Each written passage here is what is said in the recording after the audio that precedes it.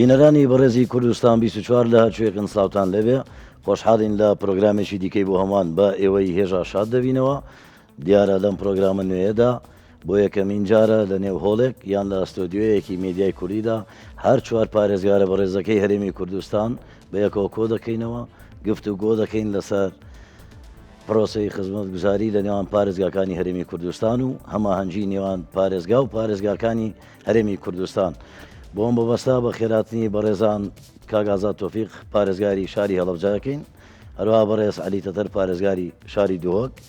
دکتۆرە باڵە بوبەکر پارێزگاری سلێمانی و کاک ئومێد خۆشناو پارێزگاری هەولێر. زۆر بەخێر بێن بۆ پرۆگرامی بۆ هەمووان. کاگازات سەرەتا دێمە لای جەنابێت بزانین ئەم هەماهەنگی نێوان پارێزگارەکان لە هەرێمی کوردستان چۆنە؟ سپاس بە بەڕێستان، ئەم کاتتان باش بە خێراتنی برایانم کاک دکتۆر، کاک دکتۆرە باڵ، کاکوێت هەمویانەکەم هیوادارم سەرکەوتوو بن. هەرێمی کوردستان وەک هەرێمێک کە بەپێی دەستور ئێستا خاوەنی چوار با بڵێن محافەزە یا چوار پارێزگا و چوار پارێزگاری هەیە و پارێزگای هەڵەبجە کە ئیستیحداسی نوێ یا با بڵێن نوێترین پارێزگایەتی ئەگەر بڵێن لای حکوومەتی هەرێمی کوردستان هەموو کارەکانی و یاسایی و دەستوری جێبەجێ بووە. خۆشببختانەش برایانی سونی، برایانی شیعی، برایانی کرد، ئاشور، تورکمان دیارە بەهیمەتی سەرجەم فراکسیۆنە کوردستانیەکان لە ئەنجومەنی نیشتیمانی عێراق خوێندنەوەی یەکەم بۆ مەسەلەی پارێزگابوونی هەڵەبجە بە ڕەسمی و بە فەرمی لە عێراقدرا و خوێندنەوەی دووەمیش نەخشە و سنووری بۆ دیاری کرا. ماوەتەوە خوێندنەوەی سێم ئەوە ماوەتە سەر ئەوەی کە بتوانرێت لە دەست هەڵبڕینێکی جەماعی کۆدەنجی گەورە هەڵەبجە بە ڕەسمی پارێزگامی 19 بێت. ئێمە لێرە بۆ خۆمان هیوادارین بتوانرێت لە ئایندێکی نزیکدا خەونی هەڵەبجە، خەونی شەیدانی هەڵەبجە، شەیدانی چیمیابەران، کەسوکاری قوربانیان مناڵانی ون بوو، خەونی 5,000 پەپولی ڕۆحسپی کە لە 16 سێشتاوەش دەبنە قوربانی بێتە دی بە پارێزگابوونمان. و ئەوەشی تاکو ئێساچیە بۆ هەڵەبجە کراوە با بڵێن بیرمان نەچێت حکوومەتی هەرێمی کوردستان لە کابینەکانی پێشوو تا کابینەکانی ئێستا بەپێی قۆناغەکان، بەپێی مەرحەلەکان، بەپێی گۆڕانکاریەکان خزمەتگوزاری لە بواری قوتابخانە، لە بواری جادە، لە بواری ڕێگاوبان، لە بواری حەدیقە، لە بواری ئاوەدانی. بەڵام برینی هەڵەبجە با بڵێن زامی سەختی هەڵەبجە ئەوە نییە بە قوتابخانەیەک و دوان، بە شەقامێک و دوو شەقام، بە پارکێک و دوو باخچە کۆتایی پێوێت. هەڵەبجە چیمیابەران کراوە و هەڵەبجە 5,000 کەسی دەشەیر بووە و هەڵەبجە لەگەڵ زەویە تەخت بووە. بۆیە بەڕاستی کابینەکان بەپێی قۆناغی خۆی، قۆناغی مەسەرەن بەرزی و نزمی عێلاقات و پەیوەندی سیاسی لەگەڵ دەوڵەتی عێراقی فیدراڵ، هاتنی بودجە و ناتنی بودجە، هاتنی موچە و ناتنی موچە، کاریگەری لەسەر کۆی گشتی ئاوەدانی خزمەتگوزاری هەیە. دیارە هەڵەبجەش بێبەشنی لەو کاریگەریە. بەڵام وەکو ناوخۆ پەیوەندیمان لە برای بەڕێزم بۆ دکتۆر ئومێد، بۆ دکتۆرە ڤاڵ، بۆ دکتۆر عەلی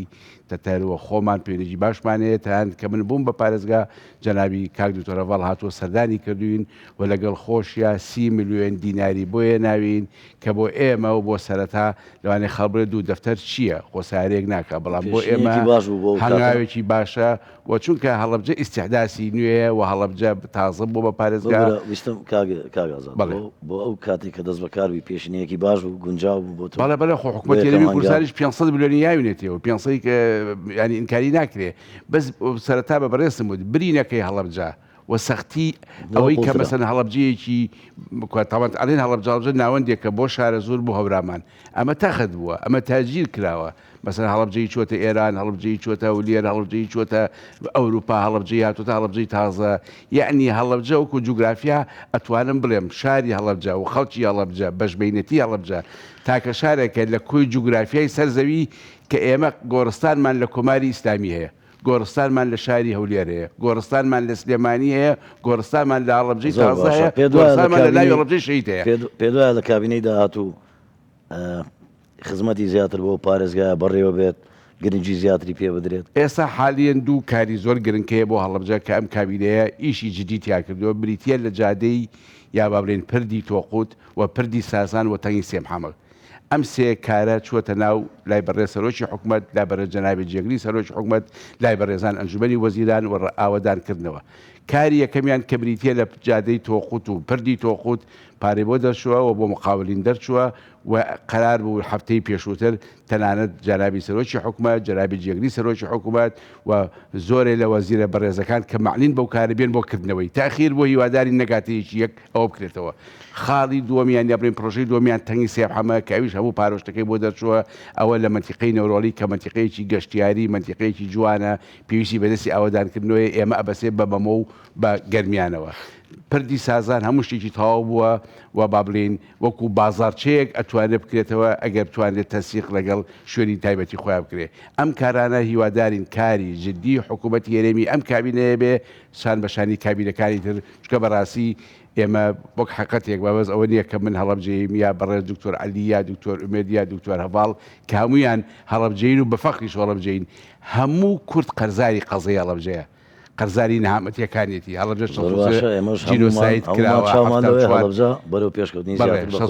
جینۆساید کراوە 74 ناپاڵم باران کراوە 7 گەڕێکێکی تەخت کراوە گەڕێکی کارشقان 52 کەسی کراوە بەژێر خۆڵەوە سێ سایق تەخت بووە خورماڵ تاجیر کراوە هەورامان دادگوێزێکی تقریبا نەماوە ئەمانە هەمووی مەساتێکی گەورەیە کا بێ هەومان لای لێ بکەینەوە کاک دکتۆر عەلی وەکو پارێزگاری دووهۆک چەندە هەماهەنگن لەگەڵ هەر سێ شارەکەی دیکە هێرێمی کوردستان دەمێ ئەوە بڵێن بەداخەوە ئێستا دەبوو 5 پارێزگار لێرە تەواجودیان هەبووە ئەوە دیارە هۆکارێکی سیاسیە کە ئێستا بەتەنها چوارە چونکە کەرکووکیش بەشێکە لە کوردستان چەندە هەماهەنگن لەگەڵ شارەکانی دیکە هەرێمی کوردستان بۆ کاروباری ڕۆژانە بۆ مامەڵەیەک هاوڵاتێک لە هەڵەبجەوە ڕێ بکەوێتە دووەک لە سلێمانیەوە ڕێ بکەوێتە دووەک لە هەولێرەوە مامەڵەیەک بێتە دووەک چەندە هاریکارن نۆی خودی مەزن و دلوان خوشحاڵم دیال هەرسێک برۆیت خۆت زێدە عزیز سەڤرول vێرە تێک بەرنامەدا پشکدارد بین بۆ چەند ساڵێت و ئەم پارێزگار بێ هیچ مجاملەیەک باشترین پەیوەندیمەیەتی و حتا ڕادەیەکی وەساک و ئەمە فەرسێ پارێزگارە یک دو جۆرە حکوومەتە عێراقی هەندێک بەرنامە هەبوون یعنی دیا تەهمیشە پارێزگاری هەڵەبجە بکات ما هەر سێوەڤێک را بڕیار دەما گوت ئەمژی بەشدار نابین یعنی دوو حالەتت وەسەد گەل حکوومەتە عێراقی هاتیە پێش بەرەندە ئەم هەر چوار خوب تەکمیلایەک و دوود بینین باشترین علاقاتمەیەتی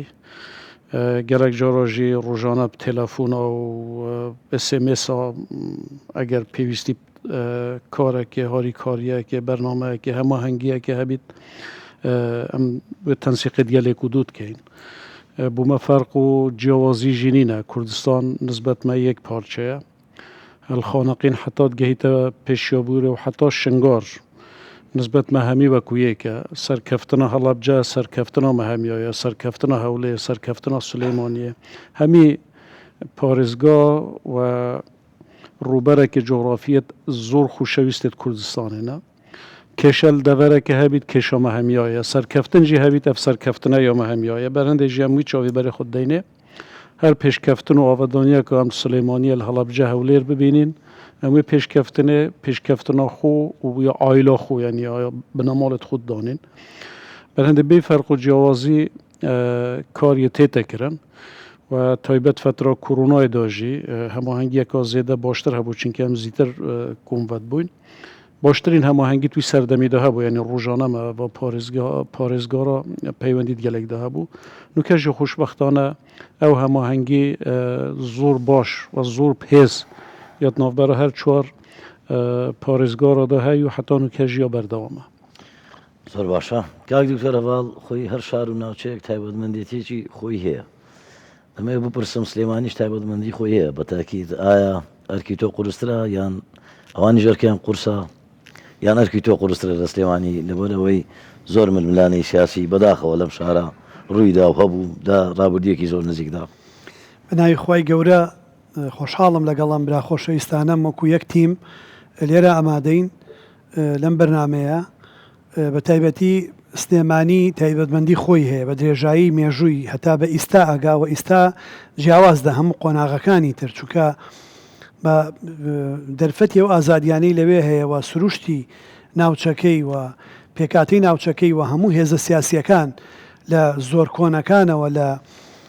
حیزبی هیوا و کاژیکەوە لەوێ دروست بوون تا بە پارتی و حیزبی شوعیەگا تا بە یەکێتیەگا تا بە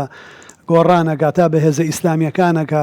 ئەو شوێنەیەکە هەموو هێزەکانی کوردستانی لێ لەدایک بوو و هەموو هێزە نوێەکانیشی لێ لەدایکە بێ و هەمووشیان لەوێ درێژە بە خەباتی خۆیانێن و لە ڕۆژگاری ئیستاشە ناو هێزانە بەیەکەوە گونجێن نا هەر هێزێکیش لە ناو خۆی خۆیە کەمن وتم بەداخەوە بۆ ئەوم بوو وتم بەداخەوە ئەوم لانە سیاسی لێ پەیدا بووە ئێمە هەوڵمان ناوە لە 6 ساڵی ڕابردووە حکومەتی خۆجێیی و حکومڕانی جیا بکەینەوە لە سیاسەتی حیزبەکان لە حیزبڕانی بەڕاستی و لەمەیە زۆر سەرکەوتوو بووین من خۆشحاڵم کە ڕۆژانی ڕابردوو پەیوەندیمان بە هەموو نوێنەری حیزبەکانەوە کرد لە سلێمانی کە ئامادەی کۆبوونەوەیەک بن هەمویان بەبێ جیاوازی بەوانی لە ئۆپۆسیۆنن بەوانی لە دەسەڵاتان ئامادەیان دەربڕیکە و کۆبوونەوەیە ئامادە ببن و نوێنەریان لەوێ بەشدار بێت دەرخەری ئەو ڕاستیە کە ئێمە ئەو حکومەتەمان لەسەر بنەمای هاوڵاتی بوون دروست کردووە حکومەتێکی خزمەتگوزارە بەدەم خەمەکانی خەڵکەوەیە بە یاسا ئیشەکەین هەموو کەسێک بۆ ئێمە هاوڵاتیە فەرمانبەرەکانمان کادری حیزب نین لە کاتی دەوامە کارمەندی دەوڵەتن و یاسا و ڕێنماییەکان پەیوەندی نێوان دام و دەستگاکانی ئێمە لەگەڵ هاوڵاتی ڕێخی خایترە و هاوڵاتی ئەگەر ڕێخەری لایەنە سیاسەکەی خۆم بێ هاوڵاتێکی تر بێ بۆ ئێمە هاوڵاتیە و ئەمە وای کردووە کە ئێمە بتوانین تا ئاستێکی باش کارەکان بەرین بەڕێوە لەگەڵ ئەم خۆشەویستانەشا بەڕاستی ئێمە یەک تیمین جگە لەوەی لایەنە سیاسیەکانمان جیایە بەڵام بەڕاستی بە هیچ نەوعێ لە هیچ قۆناغێکە لە توڵی لایەنە سیاسیەکانیشە ڕەنگی نێ کاریگەری نەکردەوە بەسەر بەهێزی کردووە لاوازی نەکردووە و ئێمە کۆمەڵێک لەوەی لە پەیوەندی کۆمەڵایەتیمان بیرکردنەوەمان ئاستی خوێنەواریمان ڕۆشنبیریمان زۆر یارمەتی دەربووە لە هەمان کاتیشە ئێمە لە ئەنجومەنی وەزارەتی ناوخۆ بەیەکەوەین هەمومان ئەندامی ئەو ئەنجومەنین شوێنێکی کۆکەرەوەیە بۆ ئێمە و بەڕێز وەزیری ناوخۆ هەندێکی گەورەیە کە بتوانێت ئەو پەیوەندیە لە خراپترین دۆخەکانی حکومڕانیشە نەپسێ نەپچڕێ لە هەمان کاتا لە بابەتی لیژنەی باڵای کۆرۆنایە وەکو برای خۆشەویستم کاکتۆر عەلی وتی ئێمە پەیوەندیەکانمان لەوێ بەتوانم بڵێم دقە بە دقە بووە چونکە مەسلەی هاتوچۆکردن مەسلەی بار مەسلەی نەخۆش مەسلەی ئەوانی لە دەرەوە ئەگەڕێنەوە لە نێوان شارەکانە بۆ کەرەنتینە هەبووە پێویستمان بە ڕاوێژ و کارکردنی بەردەوام هەبوو بە شەو و ڕۆژ یعنی 24 ساعتە ئێمە لە ئەرکا بووین یەک دقە نەبووە حتا 4 شەو سەعاسی شەو پەیوەندیمان بەیەکەوە کردووەوە کارەکان زۆر باش ڕۆیشتون لەوە گرنگتر ئێمە زۆر جار بەشداریمان کردووە لە ئەو کۆبوونەوانی کە لە ئەنجومەنی وەزیرانی عێراق کراون بەڵام ئەم خۆشەویستانە هەمویان بۆ نمونە منیان ڕاست پاردووە کە لە جیاتی هەموو پارێزگارێتی نوێنراتی هەر چوار پارێزگاکە بەڵێ لە دەری شەو و لە ناویشەوە ینی کە یەکێکمانە چین بۆ شوێنێک ئەو متمانەیە هەیە کە بتوانین نوێنەرایەتی یەکتری بکەین چکە بە نەتیجە ئێمە بەڕاستی ئەمانەیە پێگەی حکومڕانی ڕاستەقینە بەهێز بکەین ئێمە نەهاتوین ئەجێندای حیزبێکی دیاریکراو یا ئایدۆلۆژیەکی دیاریکراو یا بەرژەوەندیەکی دیاریکراوی کەسێک بزنسێک بازرگانێک ڕنگ پێبینەوە ئێمە هاتوین ئیدارەی ئەو سەرمایە ماڵی و مرۆیی و تەکنیکی و بنیاتە ئەکەین کە لە وڵاتەکەمانە هەیە و ئەوەش هەموو هاوڵاتیەک خاوەنیەتی ئێمە کە چوینە پارێزگا ئەزمونێکمان کرد نەمانیەش کە زۆرمان لەسەر کەوت ئێمە تا بووین بە پارێزگا جگە لە گۆڕان هەموو لایەنەکانی تر هێرشێکی زۆر تونگ و هەنێکیان زۆر ناڕەوایان کردە سەر ئێمە بەڵام کە بووین بە پارێزگار ئێمە بە یەک مەسافەوەستین اینجا هێزە سیاسەکەی خۆمان گلەی لێکردین چکە نەهێشتمان لایەنەکەی خۆمان هەست بە غروری بردنەوە بکە نە هیچ لایەنێکی تریش هەش بە غوبنی نەبردنەوە بکە حکومەتێکمان دروست کرد کە هی هەموو لایەک بێ و بە یەک مەسافە لایەنەوە دوور بووین و حیزبایەتی نەمان هێشتۆ بە هیچ جۆرێک ڕنگ باتەوە لە دانانی بەڕێوبەرێکە لە دانانی شوێنێکە لە هاوکاریەکە لە دابەشکردنی ئەوەیە لە کاتێکا پارێزگای سلێمانی ئەرکەکەی قورس بووە چکە 6 پارێزگایە لە پارێزگایە زۆر باشە ئێمە هەڵەبجە گەرمیان ڕاپەڕین ناوچەکانی سەوچلی کەرکووک ناوچەکانی سەوچلی خانەقین هەمووی لە زۆر شتا لەسەر ئێمەیە لە نەوتا لە بودجەیە لە دەرمانە لە گەنمە لە زۆر سێکتەری ترا بەڵام زۆر برایانە هەمومان توانیمانە بەیەکەوە یەک تیم کار بکەین ئەمە ئەڵێم ئەگەر پەرلەمانی کوردستان ئەنجومەنی پارێزگاکان نوێنەرانمان لە ئەنجومەی نوێنەرانی عێراق کابینەی حکومەت یاریمی کوردستان بە تایبەتی لەم کابینەیە و ئەوانەمان کە لە بەغدان وەکو پارێزگارەکانی کوردستان کاریان بکردایە دۆخی ئیستای کورد و دۆخی ئیستای کوردستان بەم دۆخەنە زۆر باش کاگومێت ئەو پەیوەندی باشتان هەیە لە نێوان یەکتری دیارە شتێکی باشە بۆ هەر چوار پارێزگا و هەر پارێزگارەکە هەرێمی کوردستان زۆر جار باز لەوە دەکرێت دەسەڵاتەکان لەسەرەوە شۆڕ بکرێنەوە لەو خوارەوە بە قەولی خۆمان ئەوە تا چەندە سوود دەگەێنێ بە ئەو ناوچانەی کە ناتوانن وەکو پێویستیان دوورە دەستن لە شارە گەورەکان یان ئەو ناوچانەی کە لە ڕووی مامەڵەیەوە ڕێگاکانیان دوورە بۆی بگەنەوە مەرکەز و بگەنەوە سەنتەری شارەکان تا چەندە سوودی هەیەەوە بنای خۆی گەورە زۆر سپاس کە کێسەن سلااو ڕێز لە بۆ هەرسێ برای بە ڕێزم کاگازات و دکتۆر علی و دکتۆر ئەڤاڵ هەرچەندە هەبەیەکەوەین بەڵام خۆشی شەر لە بەرنمەیەک و لە ستۆدیۆ وەکو جەنابەت لە پێشەچێکە باست لێوە کرد بە تاکیت لە بابەتی لەلا مرکزیات یاخود شۆڕکردنەوەی دەسەڵات لە نەتیجەدا هاوڵاتی سوودمەندە و کابینەکەشمان کابینەی نوێیەم و ستراتیژەتی کابینەکە هاوڵاتی تێدا سنتەرە ینی هەر هەنگاوێک پەیوەستبی بە باشترکردنی دۆخی هاوڵاتی و لە بەرژەوەندی هاوڵاتی دابێتن ئەو کارە جێبەجێ دەکرێتن ئێمە جگەلەوەی کە چار پارێزگامان هەیە بەڵام لە پێناو ئەو شۆڕکردنەوەی دەسەڵاتە ئێستا چار ئیدارەی سربەخۆشمان هەیە ئەو ئیدارانە کە بەتاکیت دویانیان لە سنووری پارێزگای سلێمانی بووە و یەکیان لە سنووری پارێزگای دهۆک و یەکیان لە سنووری پارێزگای هەولێر بووە تەنها ئامانج ئەو پرسیارەیە کە ئەوەی بەڕێستان باست لێوە کردنەوەی ئەو ئیدارانەش لە پێناو ئەوەیە کە لە نەتیجەدا زیاتر بتواندرێت لە مووقعدا کار بکرێتن ڕەنگە ئەو دۆخە تایبەتەی کە سلێمانی هەیەتی دکتۆر هەواڵ باسی لێوە کرد ئەگەر کار لە سلێمانی قورس بێ بەڵام لە هەولێر لە بابەتێکی دیکە قورسە چونکە ئەنجومەنی وەزیران تەواوی وەزارەتەکان هەموو دامەزراوەکان لە هەولێرە ڕەنگە لە هەرسێ برای بەڕێزم سربەخۆیی یان زیاتر بیتن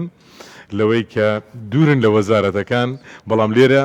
ڕەنگە لەگەر هەموو وەزارەتەکان کە مدیری عامەکان لێرەنە لە نەتیجەدا ئەو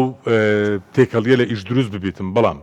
لەبەر ئەوەی یەکەی ئیداری پارێزگا ئیدارەی سربەخۆ وحدە ئیداریەکان خەتی یەکەمی بەریەککەوتنیتی لەگەر هاوڵاتی و لە نەتیجەدا نوێنەرایەتیکردنی دامەزراوە بە تاکید ئەرکێشی قورسە و کارێکی قورسە پێویست بەوە دەکا ئەو میکانزمانێکە ئێستا گیراوەتە بەر لە شۆڕکردنەوەی دەسەڵات لە دانی دەسەڵات زیاتر بەڵام بەگەر بە پێی قانونەکانی پێشووی عراقی تەمەشا بکەی ڕئیسی وحدەی ئیداری دەسەڵاتی زیاتر بووە لە دوای تعدیل و گۆڕانکاریەکانی پرۆسەی ئازادی عراق و دوای ئەوە کە بە قانونی بریمەر و بە ڕێنمایانەی ئەو کاتی هەندێک بابەت مەحدود کرایە ئێستا پێویست بەوە دەکاتن بگەڕێنەوە ئەو سەردەمەی کە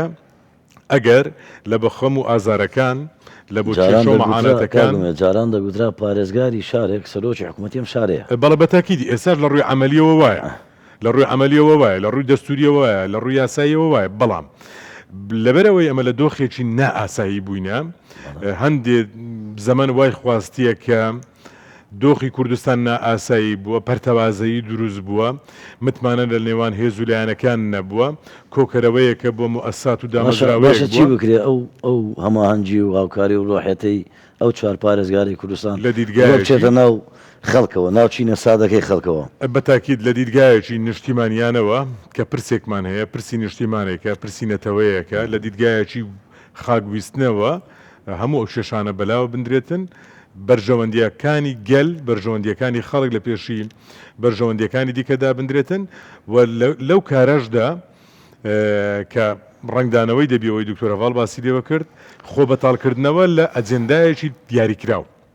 خۆپڕکردن لە ئەجندایەکی کە بریتە لە خەڵک خاک لە نەتیجەدا بەتاکید زۆر کێشە چارەسەر دەکاتن کاگازات چەندە بە پێویستی دەزانن کە ئەو ڕۆحێتە لە نێوان شارەکانی هەرێمی کوردستان هەبێت لە بەرامبەر پرسێکی نەتەوەی لە بەرامبەر هەڵوێستێکی وڵاتانی ئیقلیمی لە بەرابەر یان باڕونتر بڵێم لە بەرامبەر بەغدا زۆر جار مەسەلەن دو هەمین جار ئێستا لە دانیشتنی پەرلەمانی عێراق بۆ دەنگدان بە هەڵەبجە دوایان خست هەربان قەس دواخرا چەندە پێویستە ینی ئەو هەماهەنگیە هەمووی بە یەک پاکێج وەڵامی بەغدا بداتەوە یان وەڵامی هەڵوێستێکی وڵاتێکی ئیقلیمی بداتەوە من پێم وایە بوونی ئەو هەڵوێستە نە ئازایەتی نە قارەبانی ئەو واجبە یعنی هەولێر چییە و هەڵەبجە چییە و زاخۆ چییە و ئاکرێت چییە و چەمچەماڵ چییە و دۆک چییە و سلێمانی چییە ئەمە چیانە کە پێوتێ حکوومەتی پێوتە هەرێمی کوردستان و ئەم هەرێمی کوردستانە سابتە یعنی ئێستا هەش لایەنێکی سیاسی گلەیمان لێ هەبێ زۆر ئاساییە لایەنی سیاسیە گۆڕێ ئینشقاقی تیا بێ ما بڵین لەوانێ هەر نەمێنێ بەس ئەبێ چیان بمێنێ ئەبێ حکوومەتی هەرێم بمێنێ و ئەبێ ئێمە ئەم تەنسیقی کە ئەیکەین واجبی نیشتیمانیە من دکتۆر عەلیشتی جوانی قسەوە بیرمان فعلا سێ محافظ بان کراون بۆ بەغدا هەڵەبجەیان نەبووە نە بەڕێز دکتۆر ئومێد نە بەڕێز دکتۆر ڤاڵ نە بەڕێز دکتۆر عەلی نەڕۆشتون دیارە ئەمە بەیمەتی جەنابی وەزیری ناوخۆ بەیمەتی جەنابی کاک قوبات بەیمەتی جەنابی کاک مەسرور کە هەرسێکیان با بڵێن هاودەنگ و هاوڕەوی و هاوهەڵوێز بوون کە بەڵێ ئەبێ محافظەی هەڵەبجەش کە حکوومەتی هەرێم کوردی محافظە لە هێشتا بە دەستوریە لە عێراق محافظە نییە بڕات من پێم وایە یعنی یەکی لە هەرە ئیشکالەتەکانی کورد کاکسان ئەوەیە کە بەڕاستی ئەمە یەکدەنگ نین یەکدەنگی یعنی ماڵمان وێرانەکات کە یەکدەنگ نەبوویت ئەبێ ئێمە یەکدەنگ بین ئەبێ ئێمە یەک هەڵوێز بین ئەمە ئازایەتی نییە ئەم سەد ساڵەی خەباتی نیشتیمانی ئەم کوردە بگریت واتە بڵین لە دوای جەنگی جیهانی یەکەمەوە لە 1970ەوە لە سەردەمی شیعە مەحموود دروستبووین دەوڵەتی عێراقی کاکە ئێمە حکوومەتی شیعە مەحموودمانە بۆ هێشتا عێراق دروست نەبووە عێراق 20 دروستە بێ من تەشکیلاتی حکوومەتم لە 19 دوو جا من حکوومەتم تەشکیل کردووە لە سلێمانی هێشتا حکوومەتی عێراقی دروست نەبووە یعنی من دێرینترم من کۆنترم چی بکەین ئەمە پارێزین ئەمە یەکدەنگی ئەوێت بڕوات هەبێت ئایدۆلۆژیە و ئایدیا ئەڕوات حزبی سیاسی باشە ئەگۆڕێت ئەمە چۆن بۆ ئەو جیلێ ئێستا تەرجەمە بکەین ئەو جیلێ ئێستا بزانێ ئەو دیرۆکەی کە جەنابەت باسی دەکەی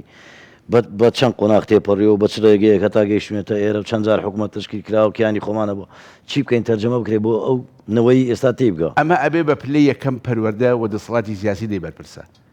یعنی بڕاتەکەی ینی ئێستا لە ئەڵمانیا شخصێک کە ساڵی 1930 بۆ 45 خیانەتی کردووە لە شارێکە ئەم شخصە خۆی و کوڕ و تورە و توتەی منبوزە ناشرینە هەر لە ئەڵمانیا ئەڕۆی من ئەم جارە سەفرێکم کرد بۆ بینی سەحی ئەوانە شتێک لە عەرزا مەسەن بە پارچەیە پلێتی گەورە دانرا بوو ینی بڵین داکوتاوە بارزەکە ناویوتم ئەوە چیە وتیان ئەمە ناوی ئەو شخصەیە کە لێرا شەهید بووە هی ئەم کۆڵانەیە ئەم شوێنەیە مەبەستم ئەوە ینی ئێمە پەروەردەی بەرپرسە و دەسەڵاتی بەرپرسە یعنی ئەبێ ئێمە لە بدایەتەوە مناڵەکانمان شخصەکانمان تێبگەێنین و کوڕەکانمان تێبگەێنین بۆچی ینی بەڕاستی مەسەلەی نیشتیمان سابتە کاکسان ینی پێت بڵێ حزابی سیاسی سابت نییە بەس نیشتیمانە بستو لەسەر حوتە بەس ئەم چیانەیە بستو لەسەر حوتە ڕەخت لە یەکێتی هەیە لە پارتیە لە گۆڕان لە کۆمەڵ لە یەکگرتوو سەر چاو یەکێتی و پارتی گۆڕان و کۆمەڵ و یەکگرتوو جیوەین ئەڕۆن ئەگۆڕێن جوان ئەبن ناشرین ئەبن هەڵوێستی گەورەیان ئەبێ هەڵوێستی با بڵێن ناگەورەیان ئەبێ بەڵام نیشتیمان لە سەروی هەموویەتی و ئەم چیانە و هەرێمە لە سەرویەتی بۆیە ئەگەر هەچ خلافێک لە بینی حزبی سیاسیە بێ نیشتیمانەکە بێ هەمان یەکدەنگ نیشتیمانونەتەوە ئاڵاکە ئەوە دەمێنێتەوە کاک دکتۆر عەلی دکتۆر ڤاڵ باسی کرد یارمەتی هەڵەبجەی داوە ئێستا ئەوە لەخوا بەزیاد بێ ئەو شارە هەمووی وەک گوتم چاومان لێ لەوەی کە بژانەوەی زیاتر بەخۆی بینێ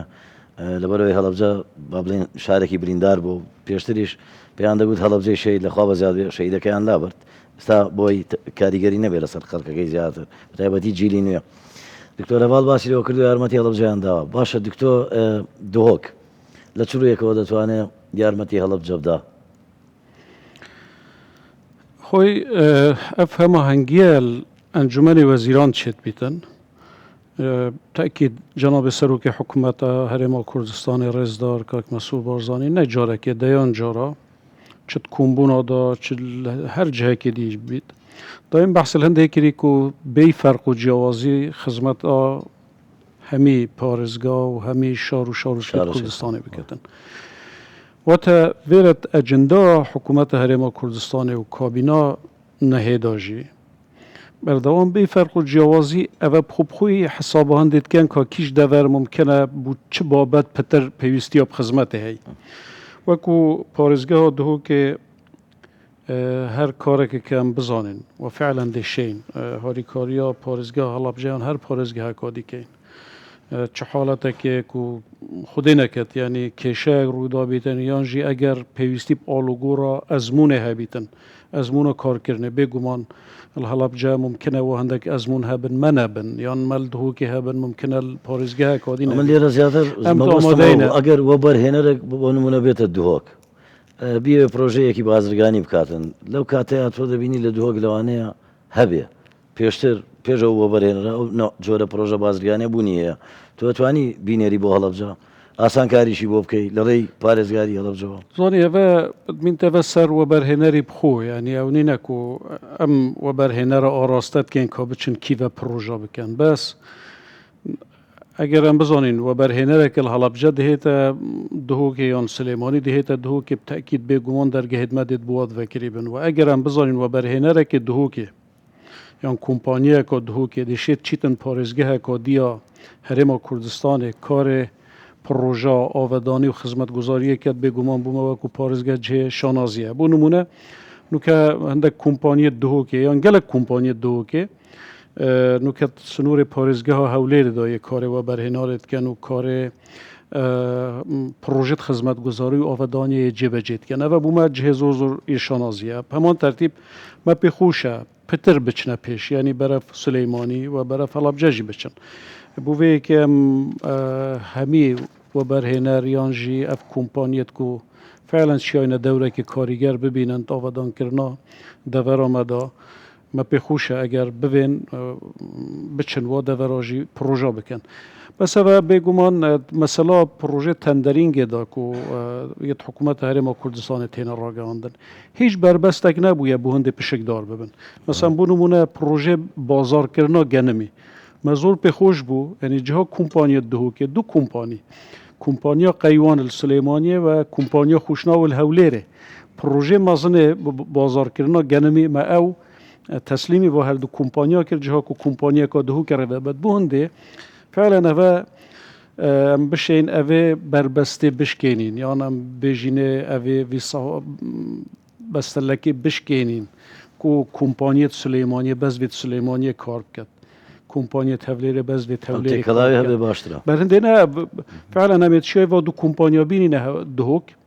کۆمپانیە دهۆکێژیە تاتی یعنی نوکە هەولێرێ شولتکەن بەس ئەم دێهان دەین و دێ پاڵپش ژی بین بۆ هەندێ ئەvە بچن لای سلێمانیە و هەڵەبجەژی وەبەرهێنانێ بکەن و دەرگەهێت مەش دێت ڤەکیری بن بۆ هەر وەبەرهێنەرێکێ یانژی هەر کۆمپانیەکە کو حاضر بیتن لە هەڵەبجە یانژی پارێزگەها سلێمانیە ئەجۆمە بەس vێرە هەردوو ئیدارێت سەر بەخۆڤە و هەولێرێ بهێن سنووری پارێزگەها دهۆکێژی زۆر باش کاک دکتۆرە ڤاڵ ئێستا پەرلەمان کار ناکات با بڵێین بۆ شایەکەیە کە لە ڕووی دەسەڵاتی تەشریعی و زۆر باز لە هەڵبژاردن دەکرێت ئەو باس و خواسانە چه ئالنگارێکی بۆ تۆ دروست کردووە لە سنووری پارێزگای سلێمانی ئێمە لەگەڵەوەیان کە دەسەڵاتی چاودێریکردن و بە دوواداچوون و یاسادانان بەهێز بێت لە وڵاتی ئێمەیە چکە سیستەمەکە ئێمە سیستەمێکی پەرلەمانیە ئێمە بێ خۆمان لەسەر شتێک ڕابێنین 4 ساڵ جارێک ئەبێ دۆخەکە هەر چۆنێک بێت چکە دۆخەکە کە خراپە بێ پەیوەندی بە خراپ ئیدارەدانەوەیە یا نەگونجانی لایەنە پێکێنەرەکانی حکوومەتەوە هەیە یا پەیوەندی بە دەسەڵاتدارێتی و داهات و ئەمنیەت و معلومات و عسکەر و دیبلۆماسیەتەوە هەیە چی چارەسەری ئەمانەکە ئێمە جارێکی تر نابێ بگەڕینەوە بۆ شەڕی ناوخۆ یا بۆ کودەتای سەربازی یا بۆ شەڕی براکوژی ئەبێ ڕێکارێکی دیموکراسی و مەدەنی بگرینە بەر ئەو ڕێکارەش تا ئێستا باشترینی خراپەکانیان هەڵبژاردنە بۆیە لە هیچ دۆخێکە ئەبێ ئێمە لەمایوەکو ئیسرائیلیەکان بکەین لە هیچ دۆخێکە نابێ هەڵبژاردن دوا بخەین هەر بەهانەیەک بۆ دواخستنی هەڵبژاردن نەوەیەک مەحرومەکەی نەوەیەکەکەی بە دوژمنی وڵاتەکەت ئەیکەی بە دوژمنی هەرێمەکەت چکە مافی نایتێ بێتە ناو سیستەمی حکومڕانیەوە دەنگی ناپرسی ڕای ناپرسی سەنگی گوێ لێ نییە نازانی چییە و بچەنە ئاگاد لە دەنگی نییە بۆیە زۆر زۆر گرنگە بەڵێ ئێمە ئێستا نەک پەرلەمانی کوردستان لەو لاشەوە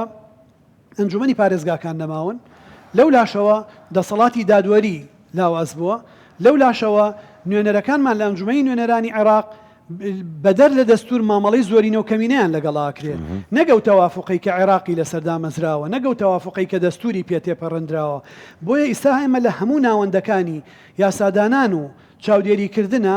کێشەی جەوهەریمان هەیە گێشەی ڕیشەییمان هەیە و ئەگەر ئەم دام و دەستگایانە بەبێ چاودێری کارەکانیان بکەن کارەکانیان دواکەوێت بۆ نمونە ئێستا حکوومەتی ئیتیحادی یەکێک لەو داواکاریانەی لە هەرێمیەکە قانونی موازنێ یاسای بودجێ ئێ باشە توی ئیسا یاسای بودجەش دەرکە بۆ بنووسە لە کوردستان کە غەڵەتمان کردووە نەمان کردووە بەڵام خۆتۆ پەرلەمانێکت نییە بیتە بەردەمی دەنگی باتێ یعنی ئەو سەریان لێگرتوین خستویانی تەناو تونەیلێکی داخراوەوە بۆیە ئێمە بێ ئەمە ئەزمون بکەین بزانین ڕوتی ڕووداوەکان بەرەو کوێ ڕوە بەڵێ ئەو دۆخانەی کە هاتوون تۆ هەموارەکانت پێ ناکرێ خەڵکت پێدانانرێ ڕێکارەکانت پێ جێبەجێ ناکرێ و لەو سەریشەوە دیار نییە گۆڕانکاریەکان کەی ڕوئەیە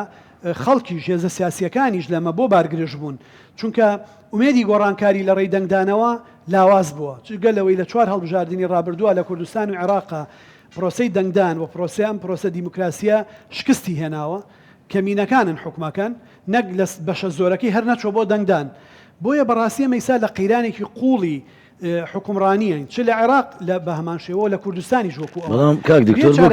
بۆ کەمینەکان حکوم با لێرە بمبورە پرسیار بکەم بۆ کەمینەکان لە حکومڕانن ینی ئەوەی کە هەیە دەیبینین لە هەڵبژارنەکانە براوەی یەکەم و دوم سێم بەشدارن لە حکوومەت بە حەزبەکەی جەنابیشتانەوە بە حەزبەکەی جەنابیشتانەوە بەوەی منیشەوە بەشدار بوون لە حکوومەت پلەی سێمتان بەدەستێنا لە هەڵبژارنەکانی ترەوە بۆ کەمینن خەڵک نەچۆتە دەنگدان ئەوەی چۆتە دەنگدان دەنگی بەو هێزانەداوە کردوێتی بە براوە یەکەم و دوم سێم نابێت هەموو شوێنێک ئەبێ نیسابێک هەبێ کە شەرعیەت با بەو خەڵکە ئەگەر نەیە ناتوانێت گزارش لە خەڵکەکەی بکە عێراق و کوردستانی سا لەو قەیرانەیان حکوومەت لە دۆڵێکە هاوڵاتی لە دۆڵێکی ترە حیزبەکان لە دۆڵێکی ترن بۆیە ئێمە ئیستا ئەوە تا ئیستا ئەمە لە دۆخێکانی نابێت کەسمان ومێدی پێ بخوازین و ئەبێ بە ڕیشەیی چارەسەریانکەین نەک بین بۆ یاخیانکەین نەک بین دەمامکیان بکەینە سەر ئێمە لە قەیرانی قوڵین و ئیم ڕۆمان لە 3 مانگی ترمان باشترە 3 مانگی ترمان لە 6 مانگی ترمان باشترە چکە ئەوانەی من نەیزانم نەک بەڕای من بەو زانیاریانی لە بەردەستی منایە دۆخەکان سەختترە بن قوڵترە بن ململانیەکان بە تەواوی چڕە بنەوە بۆیە ئەگەر ئێمە وەکو هەرێمی کوردستان لە ئیستاوە مشوری خۆمان نەخۆین لەسەر مێزێک کۆنە بینەوە ئەوە بەڕاستی وردە وردە ئەرزشی حکومڕانیکردن بۆ خەڵک نامێنێت کە حکومت نەتوانێت موچە بە نەتوانێت بودجەی پرۆژە دابین کە نەتوانێت شایستەی دارایی بە نەتوانێت پلەبەرزکردنەوە بکە نەتوانێت لە 10 ساڵی ڕابردووە مامۆستایەک دامەزرێنێ گرێبەستێک دامەزرێنێ پزیشکێک دامەزرێنێ بە نەتیجە نەتوانێت سنووری وڵاتەکەی پارێزێ هێزێکی نیشتیمانی نەبێ دادگایەکی بێلایانی نەبێ حکوومەتی اتحادی محکمەی اتحادی بوو بێ بە چەترێک هەر شتێکە بیانەوێت لە ڕێی ئەوە لە بەرەوەی خۆمان تەبانین یەکنین بەسەر تۆیە فەرزی بکە مانایەک بۆ حکومڕانی نامێنێتەوە نەبوو جێی تەژغیلی هەیە ئیستا نەبوو جێی خەدەمی هەیە نەبوو جێی ئیسیسماری هەیە نەبوو هیچ بوو جێیەک نییە ئیستا من پارێزگارم لە یەکی یەکەوە ئیستاوە مانگی باشە پێدوانێەوە زڵم و بەرامبەر هەرێمی کوردستان دەکرێت هەموو ئەوانێک کە تۆ باسی دەکەی لەلایەن ناوەندەوە بەڵێ من ناوم ناوە تەواوکردنی جینۆساید نەک تاوانە دادگای باڵای تاوانەکان لە عێراقا کۆمەڵگوژی کورد و جینۆساید و هەڵەبجە و ئەنفالی ناوناوە جینۆساید بە تاوانی ناساندووە نانبڕینی خەڵک دەرمان بڕین لە خەڵک سوتەمەنی لە خەڵک بودجە لە دامەزگای دەوڵەت ئیکۆساید و ئیکۆنۆمیک ساید لەویش ترسناکترە دەست خۆشە کاگومێت ڕێیچێ لەسەر قسەکانی دیکتۆرەڤال من جیاوازتر لە دکتۆر هەڤاڵ ئەوەندە ڕەشبین نیمە یعنی ئەوانەی دکتۆر هەڤاڵ باسی کردن بەتاکیدەوە واقعی عێراقا کاریگەریەکانی عێراق و ئەو زوڵمایی کە جەنابێن لە بڕگەی کۆتایی باسی لێوە کرد ئەو جینۆسایدەی ئەو دژوەستانەوەی بەرامبەر بە ئیرادەی خەڵکی کوردستان پێشێلکردنی مافەکانی تو و دەستور پێشێلکردنی دەستور و شایستە داراییەکانێت و ئەو هەوڵانەی کە هەیە لە هەموو عێراقدا بە ئاراسای لاوازکردنی هەرێمی کوردستان و ئەو نەحەقی بەرامبەر بە خەڵک دەکرێتن ڕنگدانەوەی ئەو سیاست و استراتیژەتەیە کە بەغداد دەرحەق بە هەرێمی کوردستان دەیکە لە داخلی خۆماندا بەتاکید هەموو خەڵک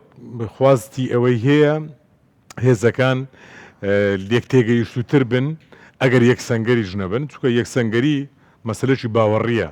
ینی قەت دروست نابێ یەکسەنگەری سەنگەرێکێک خەینا ئەوە خەڵکە بەرژەوەندەکانی گەلە لەوەدا یەک بگرینەوە لە ئیتیجاهاتی جیاواز دوو سەنگەری جیاوازین چهار سەنگەری جیاوازین بەڵام لە نەتیجەدا کوردستان یەکسەنگەرە لە بەرگریکردن لە خاچی کوردستان لە بەرگریکردن لە مافەکانمان لە خیتابمان لەگەڵ بەغدا لەو بابەتانە سازش نەکەین یەک ئامانجمان هەبیتن یەک هەڵوێستمان هەبیتن و ڕنگدانەوەی ئەو دۆخەی کە دەرحەقت بۆ ئەو هەوڵانەی دەدرێتن لە لاوازکردنی هەرێمی کوردستان ئێستا ئێمە قسە دەکەین چار پارێزگاری کابینەیەکین ئەو کابینەیە لەناو کۆمەڵێک ئالنگاریدا بووە بەتاکید لەناو هەر ئەو لەگەڵ کابینەیە کابینەکە ئەو کابینەیە بەر لە هەر لەگەڵ دایکبوونی دەستپێشی کابینەکە بەر لە لەدایکبوونی بەر لە بوونی لەدایکبوونی بەر لەوەی ناسنامەکەی کەشف بێ بەر لەوەی ئەجنداکەی دیار بێ بەر لەوەی گفتوگۆ لەگەر هاوڵاتیانی خۆی بکا کە دەرێ هاوڵاتی سنتەرە بەر لەوەی ئاڵای چاکسازی هەڵ بکاتن لە دژیدا کۆمەڵێک محاولات دەستی پێکرد کە تا ئێستاش بەردەوامە لە ناو کابینەکەدا دەبێ هەمومان یەکان گیر بین بەو پرەنسیپە ئەساسیانەی کە کابینەکەی لەسەر دروست بووە لە نیزامی وڵاتی ئێمەش کە نیزامێکی پەرلەمانیە هەڵبژاردنە خۆشە گرنگە باشە هەموو هاوڵاتی لە هەڵبژاردن بەشداری بکە کە پێمان وایە لە هەڵبژاردننی ئەو جارەدا لە هەڵبژاردننی ڕابردوو زیاتر خەڵک بەشداری دەکاتن بەڵام مەرج نییە ئەگەر هەموو هاوڵاتی بەشداری نەکرد ئەتو نایاسایی بیان کەمینەیەکی داسەپێنراوی بە ناوی زۆرینە هاوڵاتیانی هەرێمی کوردستان 2 ملیۆن کەس مافی دەنگدانی هەیە لەو 2 ملیۆنە دابەش دەبی لەسەر هەموو ئەطراف و پێکاتە لایەنە سیاسیەکان و هێز و لایەنە سیاسیەکان لە هێزێکدا خەڵکی دیکە زیاتر بەشداری دەکە یان کەمتر بەشداری دەکە ئەوە لە ماهیەتی کەم ناکاتەوە ئەوە لە بابەتی شەرعەتیوی کەم ناکاتەوە سێژی ئاسایە بەڵێ حەز ناکات دەنگدان حەز ناکات دەچێت ئەو ئایندەیە کە تەمەشای دەکەین بەو دۆخی کە هەیە ئەگەر لە هەرێمی کوردستان چەند ساڵێکە نەمانتوانی بی کەسدا بمەزرێنین ئێستا ئەوەی هەشمانە ئەوان بەڕەوای نابینن زۆر جار باز لەوە دەکرێت عراق موچەی فەرمانبەران دەدا هاوڵاتیانی بەڕێز زانێگە عراق موچەی فەرمانبەران بداتن کە ئێستا 1 ملیۆن فەرمانبەرت هەیە 470,000 کەسی موچە دەداتن ئەوان دیکەی پێ ناشەرعیە لە 2013 و 2012 نەتوانێت کەسدا بمەزرێنی بەڵام لە تەنیشت ئێمە مووسڵ و خەڵک بە لێشاو دادەمەزرێنی خەڵک چەکدار دەکرێتن بە ناوی هێز ئەو هەموو حەشدەی کە دروست دەبیتن هەموو لە پێناو چییە؟ هەموو دابەشکاری لەسەر هێز و لایەنە سیاسیەکان بە ناوی سۆشیال کە سۆشیال نییە لە عێراق بە ناوی کۆمەڵایەتی و چاودێری کۆمەڵایەتی دنیایەک هاوڵاتی لە عێراقدا موچەخۆرە مقارنەی ئەوە ناکاتن لە بەسڕا چەند کەس موچە وەردەگریتن بەڵام دێ بە سلێمانی دەڵێتن موچەخۆرەکانت ژمارەی لە خۆت زیاترە مقارنەی ئەوە ناکاتن مووسڵێکی وێرانکراو کە بارتەقای هەموو بودجەی کوردستان لە بۆ 4 ساڵی ئەگەر بودجەکەمان وەکو خۆی پێ بدرێ بەس تەنها لە ساڵی پار ئەو بودجەیە کە لە بۆ مووسڵ دانرایە بارتەقای هەموو بودجەی کوردستان بووە دەفەرمو هاوڵاتیانی مووسڵ چ خۆش گوزارانیەکیان دیت چیان لە بۆ کرا بەڵام لە هەرێمی کوردستان ئەوەی پێویستە ئێمە کە بە تایبەتی هێزە بەشدار بۆکانی حکوومەت ڕەنگە ئۆپۆزیسیۆن ئەو ئازادیە هەبیتن کە ئەو قراری دای ئۆپۆزیسیۆن بیتن بە نەزەر ئێمەش نە ئۆپۆزیسیۆن دژبوونی ئەو وڵاتەیە نە ئێمەش حکومێکی داسەپاوی داگیرکارین هەردوو لامان تەکمیلە یەکدین بەڵام ئۆپۆزیسیۆن مەسافەیەکی هەیە کە ناڕەزایەتیە و لەسەر ناڕەزایەتەکانی خەڵک ئیش دەکاتن و لە نەتیجەدا ئەو دەوێت لە هەڵبژاردننی داهاتوو دەنجی زیاتر بەدەستبینی بەڵام ئەو هێزانەی بەشدارن لە حکوومەت بەرپرسیارەتی بەقەت قەبارەی خۆیان دەبی هەڵبگرن ئەگەر حکوومەت هەرچی امتیازی باشی هەبوو لەسەر مێزەکەی هەمومان شەریک بین والله دەبی لە نەخستانەکانیشدا شەریک بین نابی ئەو کاتی خۆت تەریک بکەی نابی ئەو کاتی لە بەرپرسیارەتێکە ڕابکەی هەرێمی کوردستان دیسان باز دەکەمەوە بریتە لە هەمومان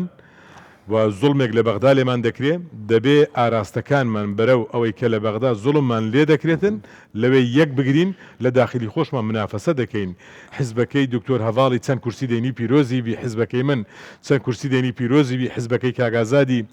چەند کورسی دێنی پیرۆزی بیتن و چێژ زیاتر دێنی کەمتر دێنی ئەوە گرنگ نییە گرنگ پاراستنی ئەو قەوارەیە ئەو حەزواتێ بکرێت چکە دەستپێکی بەرنامەکەم هەر چوار پارێزەکە کرد کە حەزواتی لە نێوان پارێزگارەکان نیە ئێستا شەروایە زۆر چاکە دەستمە لای کاگ ئازاد دەستپێکی ئەم کابینەیە ینی کۆمەڵێک ئاڵنگاری کۆمەڵێک قەیران کۆمەڵێک کێشە دەتوانین بڵێن جیهانی ژوو بۆ نمونە دابەزینی نرخینەوە سەرهەڵدانی ڤایرۆسی کۆرۆنا کۆمەڵێک ئاڵنگاری دیکە بۆ منە لە ناوچەی ئێمە تاوەکو ئێستا ئاسەواری داعش ماوە ئەم هەموو قەیرانانە ئێوە توانیتان وەکو حکوومەت زاڵون بەسەریا و بگەنە ڕۆژێک کە بتوانن بڵێن شانازی پێ بکەن بڵێن ئەوانەمان تێپەڕاند سپاس بۆ بەڕێزە من پێم وایە هیچ کابینەیەک نەبوو بێ قەیران یعنی لە 92 حکوومەت یارم تشکیلە بێ قەیران بە پێی کابینەکان هەبووە ئەم کابینێ سێ قەیرانی گەورەیتیا بووە مەسەلەی ئەم کابینێ ئێستا مەسەلەی دابەزینی نەوت ڕۆژێ بوو نەوت بوو بە $20 و $25 مەسەلەی قاعیدە و داعش مەسەلەی کرۆنا بڕواتان هەبێت مەسەلەی وشکە ساڵی ئەوە ئێمە با بڵین مەساتی گەورە ئەبین وشکە ساڵی گوێناینێ من ئەزانم وشکە ساڵی لە هەڵەبجە چ تەسیری هەیە لە هەورامان چ تەسیری هەیە لە شارە زوور چ تەسیری هەیە چکە هەڵەبجە و شارە زوور و هەورامان پارێزگاکەی لای ئێمە با بڵین دەخلی یەکەمی تاکی خەڵک جگە لە موچەکەی بریتە لەو بەرهەمەی کە پێوتێ کوشت و خاڵی هەورامان گوێزی هەیە شارە زوور بابلین گەرم و جوۆی هەیە یا تا هەڵەبجە میوەهات و بابلین ئەم شتانەیە هەیە بۆیە بەڕاستی هیچ کابینێک بێ قەیران نەبووە ئەم قەیرانەیە کە تووشی ئەم کابینێ بۆ بەڕاستی هەموو کابینێک بێ پلانی تایبەتیە بێ کاکسڵی بیرمان نەچێ پلانی ئابووری هەیە تەختیتی هەیە پلانی با بڵێن دوور مەودای هەیە پلانی کاتی هەیە ئەمە بێ خۆمانی بۆ حازرکەین بەڵام یەک حەقەت هەیە بابیش زانین ئێمە ئەمنیەتی ئەم وڵاتە موچەی ئەم وڵاتە ئازادی ئەم وڵاتە بە پلەی یەکەم و یەکەم لەسەر شانی حکوومەت هێرێمە بەڵام ئەو عواقیبانەی دێتە بەڕێمان بودجە نێت موچە نێت ئیشکالی ئەوم لەسەر بێت مەسەرەن باڵی من ڕیفراندۆمەکەم کە ڕیفراندۆم کرا هەرەوە بواتن بمانژمێرن چەند کەسن لە سلێمانی چەنی موچە خۆرە چەنی مامۆسایە یعنی سێرکە ئێمە لە وەزئێکی جیۆپۆلۆتیکی زۆر خراپین ئەم جیۆپۆلۆتیکە من پێم وایە یعنی شەقی جیۆپۆلۆتیک لە کورد لەم باشوورە لە شەقی داگیرکەران گەورەترە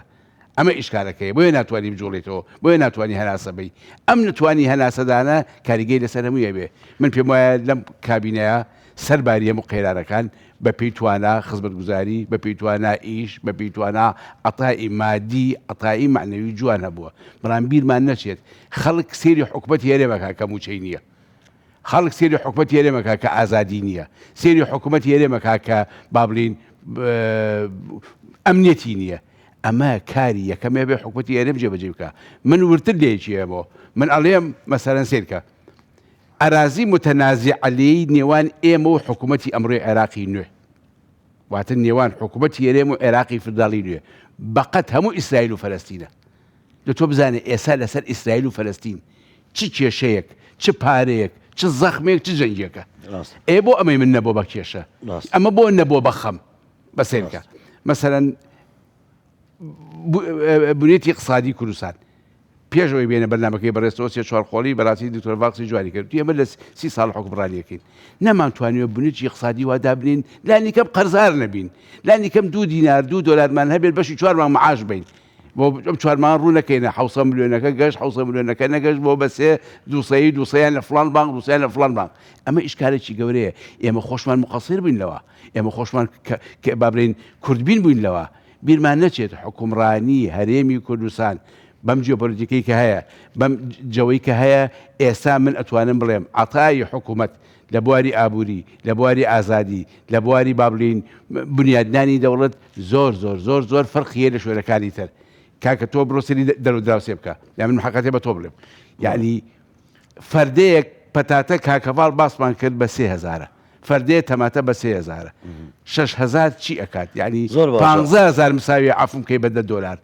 تو ئەمە بە $30 لە ئەڵمانیا لە شوێنێک بە €30 دەست ناکەوێت ببوورە ئەخی قسم ئێمە پێمان وایە ئەم حکوومەتی هەرێمە تووشی عواقیبی خۆی بووە کە بریتێنە نهاتنی بوجە نهاتنی موچە دابەزی نرخی نەوت بوونی قاعیدە دوایەوە بوونی نازانم داعش دوایە وشکە ساڵی دوایەوە کرۆنا ئێمەش ئەو تەجروبەیەمان نییە من پێم وایە کابینەی پێشەمەش مشکلی خۆی هەبووە هەموو قۆناغێک مشکلی قۆناغی خۆی هەیە قۆناغی بە قۆناغێک گەورێ ئەبە شوێ مەهاتوی دەسەر وەزەی کە پێوتێ ئەمڕۆی حکوومەتی هەرێمی کوردستان ئەمڕۆی کە ئێساچێ مامۆسایان موچیان نییە فەرمانبەر موچەی نییە موچەی مایان کوردوان نا یعنی 48 ساعتی کە مامۆستا 4 مانگە یەک موچەی وەرگرت زۆر باشە کاک دکتۆر عەلی زۆر جار لەسەر هەموو ئەو قەیرانانێک کە دروست بووە لە نەتیجەی ئەو گفتوگویانە بۆمان دەرکەوت کە دیارە لە ناوەند حەزیان لێ ئەو قەیرانانە دروست بێ دیارە زۆر جار باز لەوە دەکرێت هاوڵاتێکی بەسڕیان وا تێگەیاندووە ئەو پێشکەوتنانی لە هەرێمی کوردستانەیە لەسەر حسابی ئەوانە هاوڵاتێک لە ئەنبار هاوڵاتێک لە فەلوجە هاوڵاتێک لە شارۆچکەکانی ناوەڕاست و باشووری عێراق کە دێنە هەرێمی کوردستان سلێمانی دەبینێ دووەک دەبینێ هەولێر دەبینێ سیر دەکا و پێشکەوتنە هەیە وا لە عەقڵی خۆی لە هزری خۆی وها تێگەیەندراوە لە جنوب کە ئەمە لەسەر حسابی هاوڵاتیانی ئەوەیە ئێمە چی بکەین بۆی پێیان بگەین بڵێن ئەوە وانە ڕاز نییە. خۆی دیتنا من هەمی بەهانەیە ینی ئەم هەر هەوڵێکا بدەین بۆ هەندێک و ئەو گەهنەوەی قەنەعاتێ پێشکەفتنە هەرێمە کوردستانê دەشێت بیتە پاڵپشتیەک بۆ پێشکەفتنە حکوومەتە عێراقی پشکلەکە گشتی و ملەتی عێراقی هەمیە هەروەسا و پێشکەفتنە هەرێمە کوردستانê چ پەیوەندی داهاتێ حکوومەتە عێراقا فدرال و نەبووە یعنی سەر داهاتێ بەسڕە و دەڤەرێت دیتر نەبووە تشتێکی زێدەیە چونکی ئەوە تشتێکت فکرە خودات عقلیەتە خودە هەلگرتی و بێ گۆڕانکاری سەردەمێ ینی مەلکیە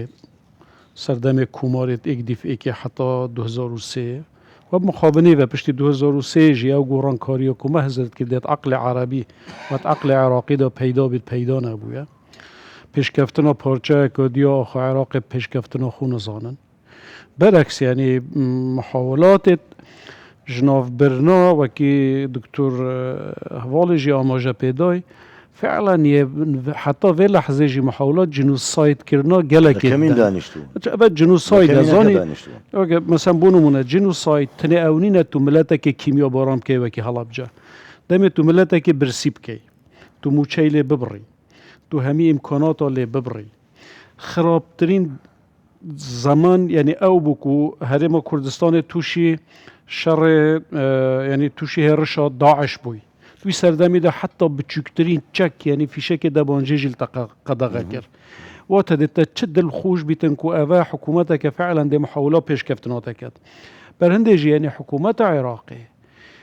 نابێژم هەمی هیویدارم یعنی ئەم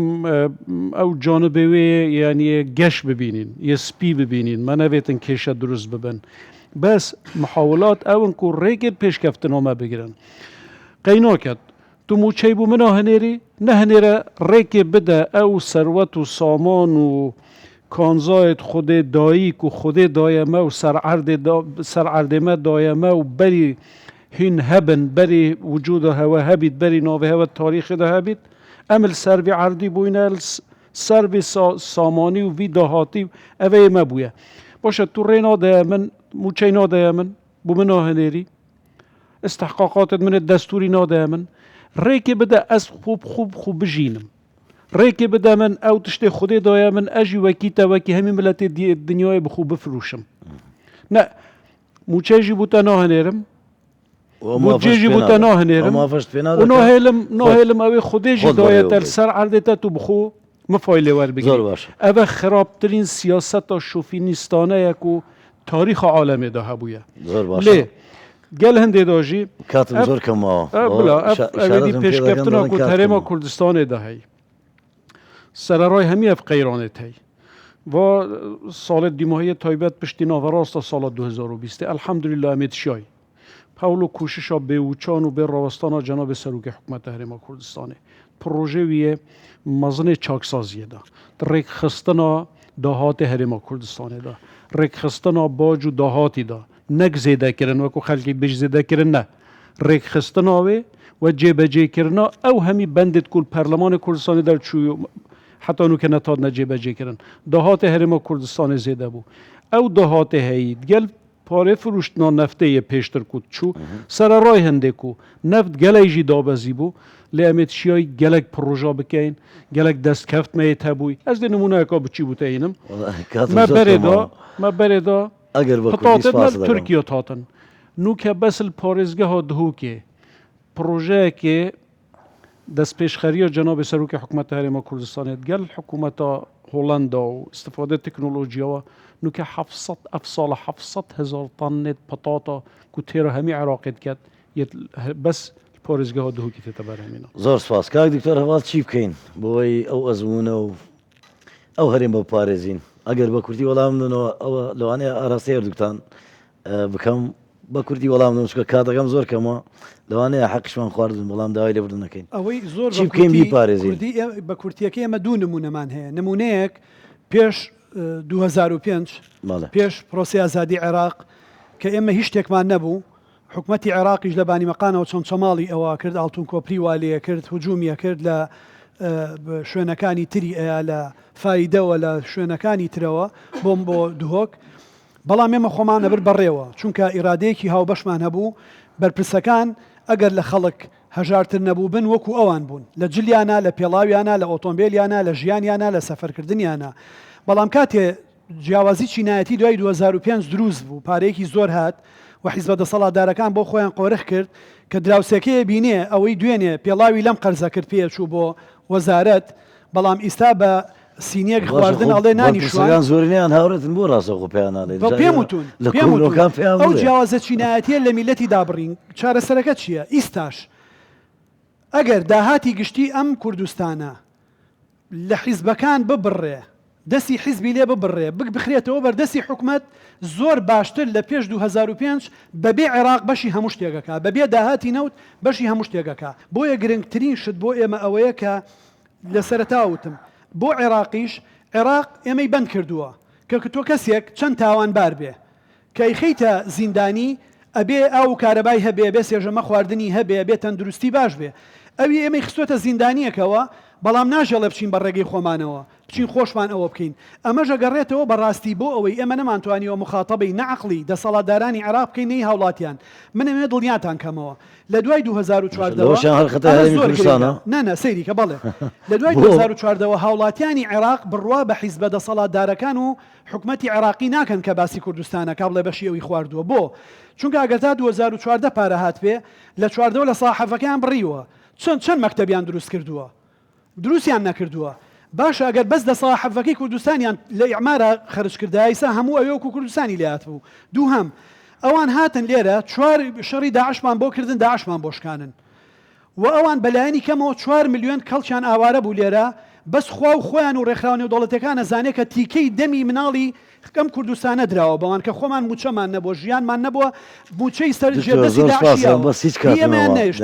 بۆیە خەڵکی عێراقی بە گەشتیاری بە سەردان بە هاتن بە ئاوارەی ئێمەی دیوە ئەوان ئیستا قەناعەتیان پێ ناکرێت خیتابی ئێمە بۆ هاوڵاتیانی عێراق لاوازە و نوێنەرەکانمان بە زمانێکی خۆیان ئەبێت تێیان گەێنن کە دوو لە ڕوویەوە کەر لەکوێ کەوتۆ کوونە لەکوێ دەست خۆشە کاگومێت داوای لێ بڕنەکەم ئەگەر بە کورتی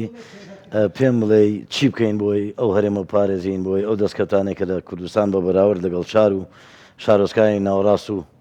باشووری عێراقیە بیپارێزین چی بکەین بەردەوام بین لە بەرامبەر بەو زوڵمەی کە لێمان دەکرێت دوو بەر لەوەی شاندی هەرێمی کوردستان بچێتە بەغدا پێویست ناکە پەیامەکانی ئەو شاندە بگاتە بەغدا بەر لەوەی خواستەکانی خۆت بخێ ڕوو لە سەر مێزەکانی گفتوگۆ پێویست ناکە پێشتر ئەوڕقەی تو کەشف کرابیتن و بێی وڵاتی خۆت ناشیرن بکەی باز لەوە بکەی کە لێرە بەناو ئەیچی دیکەیە ژیان دوو لەوەتەی بودجێ عراق بودجێ هەرێمی کوردستانی بڕیە چه ئیزافەیەک دروست بوو لەسەر ئەو پرسیارێ پێشکە کردت لە شارەکانی عراقی چەند خزمەتی هاوڵاتی کرا ئێستاش سەرڕای قەیرانەکان سەرڕای قەیرانەکان سەرڕای مستحقاتی تو دەستی بەستە داگیرایە سەرڕای شەڕی داعش سەرڕای ئەوەی کە دکتۆر هەڤاڵ باسی لێوە کرد ملیۆنان ئاوارە هاتێ ئێرە نەفیشەکی پێدای بەرگری بکەی بەرامبەر بە داعش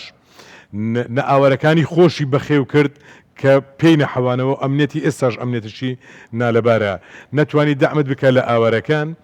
بەڵام لە بەرامبەردا ئەتومایەوە سەرکەوتووی لەسەر ئەرزی توشدا داعش تێکشکە نەتیجە ئەوەی دکتۆر باسی کرد بەڵێ داهاتی هەرێمی کوردستان دەبێ یەک داهات بیتن